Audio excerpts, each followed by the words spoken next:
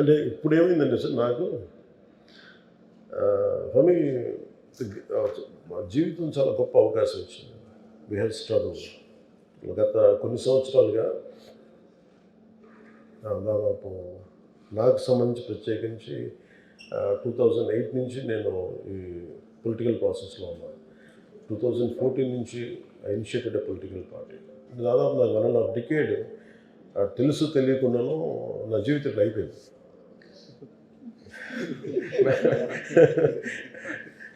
నాకే తెలియలేదు. 1.5 డికేడ్ అయిపోయిన తర్వాత ఇట్స్ ఎ విండో. చూడటానికేమో చాలా చిన్న విండోలో అనిపిస్తే నిజంగా ఏదన్నా నేర్చుకోగలిగితే దీన్ని సద్వినియోగం చేసుకోగలిగితే మటుకు చాలా గొప్ప అవకాశం. టైము మన ఏమంటుంది కరిగిపోతుంది, తిరిగి రాదు. పోయిన ప్రతి సెకండ్ తిరిగి రాదు కదా. నాకు ఈ 6 నెలలు వచ్చిన తర్వాత సమయం సరిపోవట్లేదు. అంటే నేర్చుకోవడానికి సమయం పడుతూ ఉంది. పరిష్కారాలు ఎత్తిలోపు ఇంకా 100 పిటిషన్లు వస్తాయి. ఈ పవర్కి అంటే వచ్చేసిన తర్వాత ప్రతి సమస్యకి ఒక పరిష్కారం ఉంటుంది. పాపం నిజంగా చాలా ఆశించి వస్తాడు. ఎవరు కూడా సేను మోటివేషన్తో చాలామంది ఉన్నారు పాపం చేయడానికి అఫీషియల్స్. వీళ్ళందరినీ కోఆర్డినేట్ చేసి నాకు అనిపించింది ఏంటంటే క్యాబినెట్ మీటింగ్స్లో ముఖ్యమంత్రి గారు చెప్పే పరిస్థితులు కానీ ఏం లేదు. We need a good motivated leaders. నాకు అప్పుడు తిరగడం వల్ల నాకు ఏమనిపించిందంటే మళ్ళీ ఇప్పుడు సపోజ్ మనకి ఇసుక ఇష్యూస్ కానీ అంటే we want to give we are committed to give a very good governance, very clean governance, accountable governance. So ఎంత ఇక్కడ కూర్చున్నా కానీ ఆఫీసులో కూర్చున్నా కానీ క్షేత్రస్థాయి పర్యటనలు చేస్తే వచ్చే శక్తి వేరు. సో నాకేమనిపించింది ఎస్పెషల్లీ నేను పంచాయతీ రాజ్ తీసుకున్నప్పుడు 70% మనది అగ్రేరియన్ సొసైటీ కాబట్టి పంచాయతీ మీదే ఎక్కువ ఆధారపడి ఎక్కువ జనం కూడా పంచాయతీల్లోనే ఉంటారు. డెవలప్మెంట్ అంతా పంచాయతీల్లో ఉంటాయి. సో నాకు అది ఒక వరంగా భావించాను. సో నేను వెళ్ళి చూద్దామని మాట్లాడుతున్నప్పుడు నాకు అనిపించింది ఏంటంటే దాని నుంచి నెక్స్ట్ లెవెల్కి ఏమనిపించిందంటే ఇదే camp office make shift camp office లాగా పెట్టుకోవాలి. I want to visit each and every district. అంటే ఉదాహరణకి మన కడప వెళ్ళాను. మన కడప ఇదివరకు కార్యకర్తల కోసం వెళ్ళేవాళ్ళం, లేదంటే ఏదైనా సమస్య ఉందని వెళ్ళేవాళ్ళం. ఇప్పుడు పని చేసుకుంటున్న ఆఫీషియల్స్ మీద దాడి జరిగితే నాకు మొట్టమొదటిసారి నాకు అనిపించింది. మన కడప జిల్లా రాయచోటి గాలివీడి మండలంకి వెళ్తే, అన్నమయ్య జిల్లాలో గాలివీడి మండలంకి వెళ్తే అంటే జనరల్గా ఏముంటుందంటే పర్సెప్షను అక్కడెక్కడ ఉంటారంటే కన్సర్న్ మినిస్టర్ వాళ్ళని ఇక్కడి దాకా వస్తారు అని స్థానిక నాయకులకి ఒక ఇది ఉండదు, నిర్లక్ష్యం ఉండదు. అది నేను బ్రేక్ చేయడానికి, అది చిన్న ఏ స్థాయి ఉద్యోగం కాదు కానీ అంతకంటే చిన్న క్లాస్ 4 ఉద్యోగం జరిగినా కానీ ఆ స్పందన అలాగే ఉండేదేమో అని అనిపిస్తున్నాను. సో నాకేంటంటే మేము ఉండొచ్చు very clear cut message to people.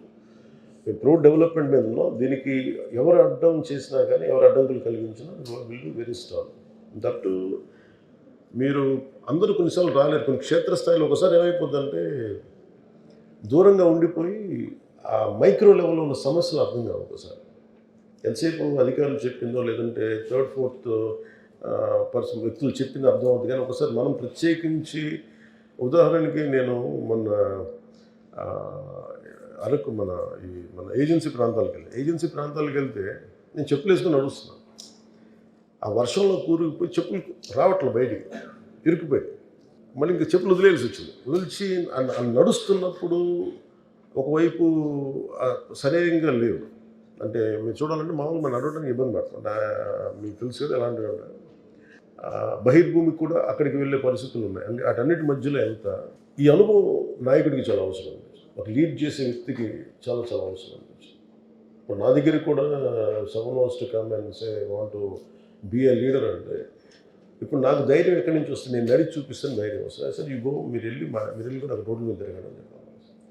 So నాకు అందుకని ఇవన్నీ ఎస్పెషల్లీ ఏజెన్సీ ప్రాంతాల్లో తిరిగింది, క్యాబినెట్ మీటింగ్లో కూర్చొని కొన్నిసార్లు మన కలెక్టర్స్ మీటింగ్లో కూర్చొని ముఖ్యమంత్రి గారు చెప్పి ఇవన్నీ నాకేమని కల్పించినాయి. నాకేం కనిపించిందంటే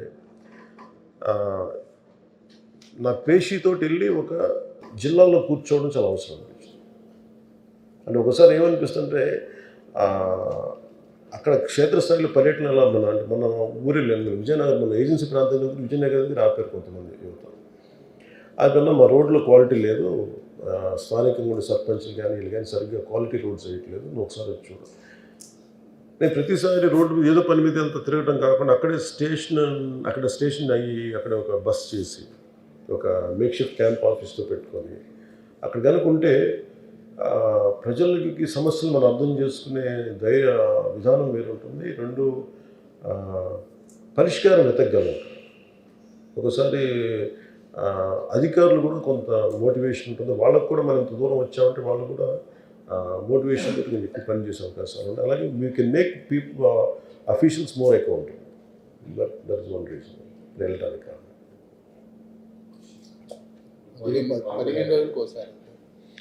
అంటే నేనేమనుకున్నానంటే కనీసం ఒక 14 రోజులు ఇలాంటి జిల్లా పర్యటనలో ఉండాలని మేము కనీసం 14 రోజులు ఉండాలి.